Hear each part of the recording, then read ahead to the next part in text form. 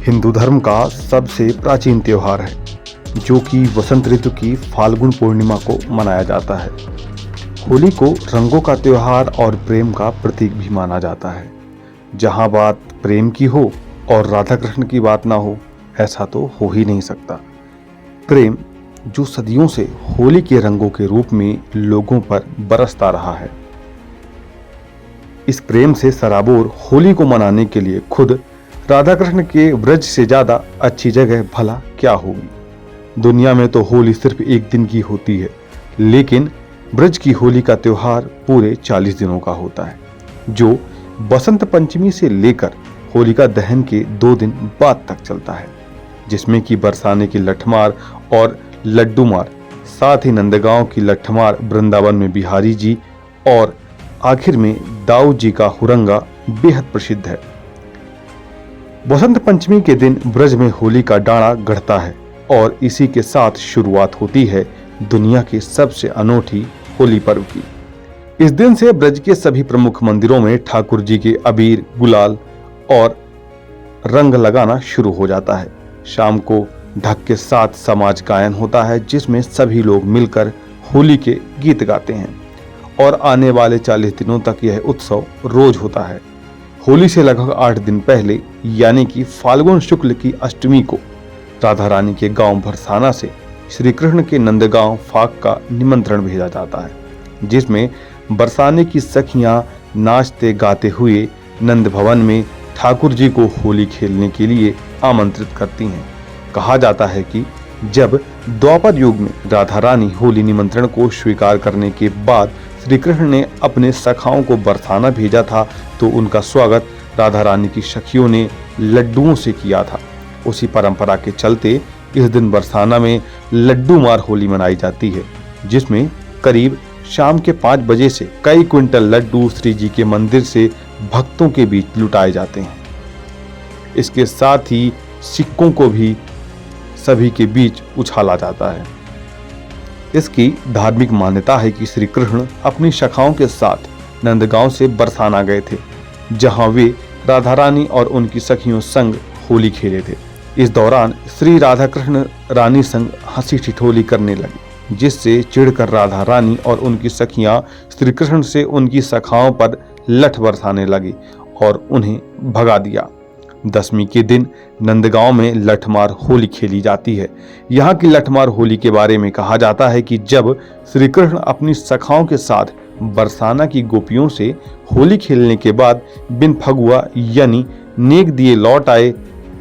यह प्रथा तब से आज भी बरकरार है, जिसमें बरसाना की महिलाएं, जिन्हें कहा जाता है कि बंगल बंद पगड़ी पहनकर वे अपने बचाव के लिए ढाल के साथ आए हुए नंदगांव के पुरुषों पर, जिन्हें हुरिया कहा जाता है, रंगीली गली में प्रेम भरे लठ बरसाती हैं। तब राधा रानी ने फगुआ लेने के लिए नंदगांव जाकर होली खेलने की इच्छा जताई थी और तभी से बरसाने की लठमार होली ठीक अगले दिन नंदगांव में भी लठमार होली खेली जाती है। नंद भवन में दर्शन के बाद हुरियारी यशोदा कुंड पहुंचकर भांग और ठंडाई का आनंद लेते हैं, जिसके बाद मंदिर में हुरियारों का सामना नंदगांव की गोस्वामी समाज के लोगों से होता है, जिसमें टिश्यू के फूलों के रंग और अबीर गुलाल से सराबोर हुरियारे समाज गायन करते हैं। शाम को नंदगांव की हुरियारी ने यहाँ की रंगीली चौक पर बरसाने से आए हुए हुरियारों का इंतजार हाथों में लठ लिए करती हैं और फिर शुरू होती है प्रेम रस से भरी लठमार होली। इसके अगले दिन एकादशी, जिसे रंग भरनी एकादशी भी कहा जाता है, वृंदावन में 5 दिवसीय होली शुरू होती है। यहाँ इस दिन वृंदावन की पंचकोसी परिक्रमा लगाने के लिए लाखों श्रद्धालु देश और विदेश से आते हैं और इसी के साथ ठाकुर बांके बिहारी समेत सभी प्रमुख मंदिरों में भक्तों और उनकी आराध्यों के बीच शुरू हो जाती है गुलाल और रंगों भरी पिचकारी की होली, जहां ठाकुर जी अपनी चांदी की पिचकारी से टिश्यू और केसर के रंगों की बौछार अपने भक्तों पर करते हैं और भक्तों के द्वारा उड़ाए गए अबीर गुलाल से मंदिर इंद्रधनुष के रंगों में रंग जाता है। श्रद्धालु यहाँ आकर होली के रंगों में रंगे हुए मस्ती में झूलते हुए नाचते गाते हुए सिर्फ एक ही चीज बार बार दोहराते हैं, राधे राधे।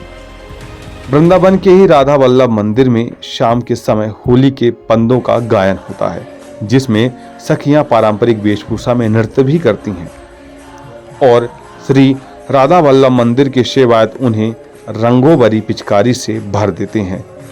ब्रज की होली भगवान श्री कृष्ण पर केंद्रित होती है, लेकिन वहीं दूसरी तरफ ब्रज में ही दाऊ जी का हुरंगा उनके बड़े भाई बलदेव पर केंद्रित है।